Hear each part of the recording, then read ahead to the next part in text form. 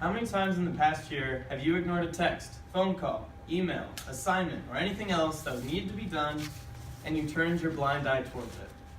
People tend to ignore problems unless they see or experience them firsthand, with their own eyes. Because of this blind eye, many pressing matters go unnoticed. If I do not see the problem, there is no problem at all. From personal experiences, I can tell you that this is a huge problem. This method of looking the other way and hoping that a solution will just arise or that the problem will just go away is a myth. This could go on in any facet of life, but specifically, I will discuss a disease that is spreading at an alarming rate, yet no one is talking about it. Concussions. Sure, you'll hear about how we've created new technology and that we're safer than we ever have been. But those are just words that are covering up an epidemic that is changing young lives, creating chaos in families, and killing young minds every time you hear the snap of a chin strap. Now, I could talk about these concussions in full detail for a full day and still barely scratch the surface. Instead, I will focus on the blind eye topic I discussed, specifically the call for a change in concussion identification, protocol, and attitude towards these injuries. When I was a sophomore in high school, I took the first of the Nebraska State Athletic Association's required concussion protocol tests. This seems like a step in the right direction, but as I soon learned, this means absolutely nothing. After digging through the information provided on the NSA's website, the only sentence on the entire website that describes any type of protocol towards concussions is simply stated as this: when a player shows any sign of a concussion, perform an on-field mental status evaluation. Now, to some of you here, that sounds fine and dandy, but do not kid yourself. The NSAA is covering their ass by turning a blind eye by not outlining a specific, comprehensive, and uniform way to conduct a concussion test.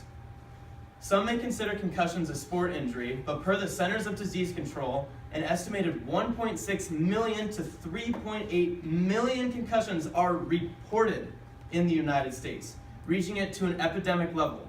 That is not just in sports, and that is only reported. Millions more go unreported. Trainers for high school sports teams have no protocol to recognize concussions other than the ones that are given to them by their place of work.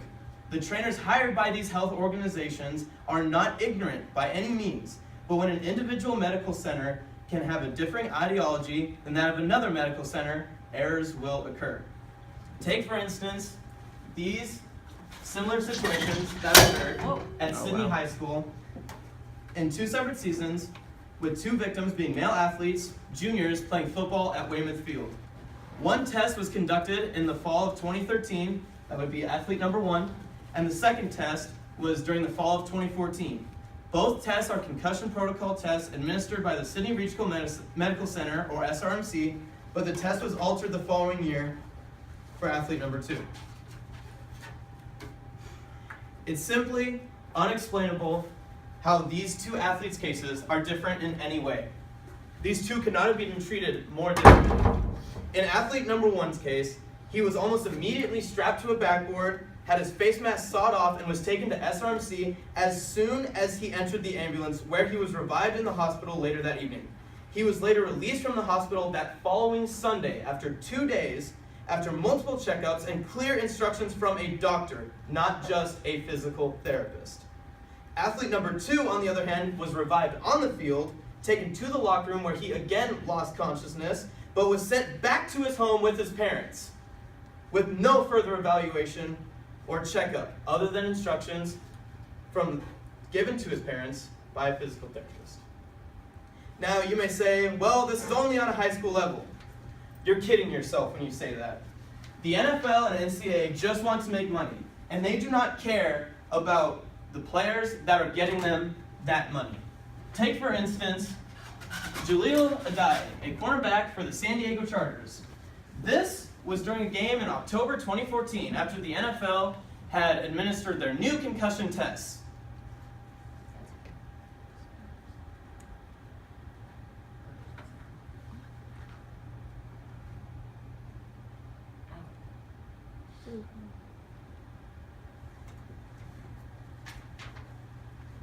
He played the entire game. He was not removed from action. Not even a concussion test was administered for Mr. Dye. How would you like to be in his shoes? There's no way out, not even when you're clearly hurt. My final point is all about perception, because I understand that this issue is a generational issue. We can hear, feel, and even see a broken bone. We can see the pain of a torn ligament. We can see the blood drip down as the competitor goes on in pain, but you can't see a concussion.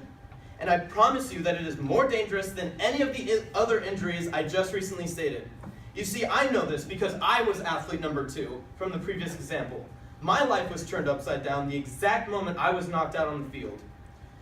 Author Stephanie Meyer once wrote, "Don't trip. We don't have time for a concussion today," which sums up today's attitude towards concussions. Brain trauma and concussions are unique in one simple fact. They are the one injury that no one believes is real.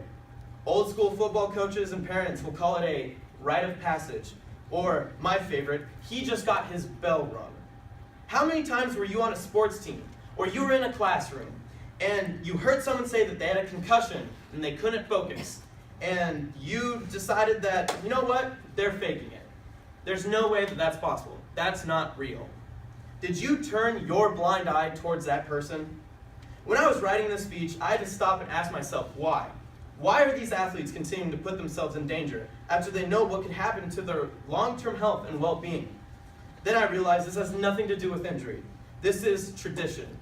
It is tradition because people want an excuse. They want an excuse to leave the small-town life they had for a sought-after life at a university where they can excel in a sport, coupled with the fame and fortune that can also come with. Parents want an excuse for their child to go to college, even at the expense for their health. And unfortunately, there are some people that just want an excuse to be famous, even if that means that your child will die.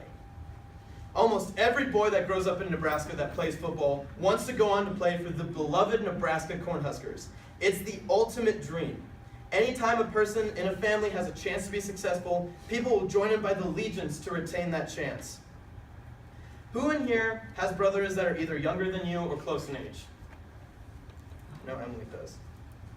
Did they or are they going to play football? If they had the opportunity to play for the Huskers, would you stop them?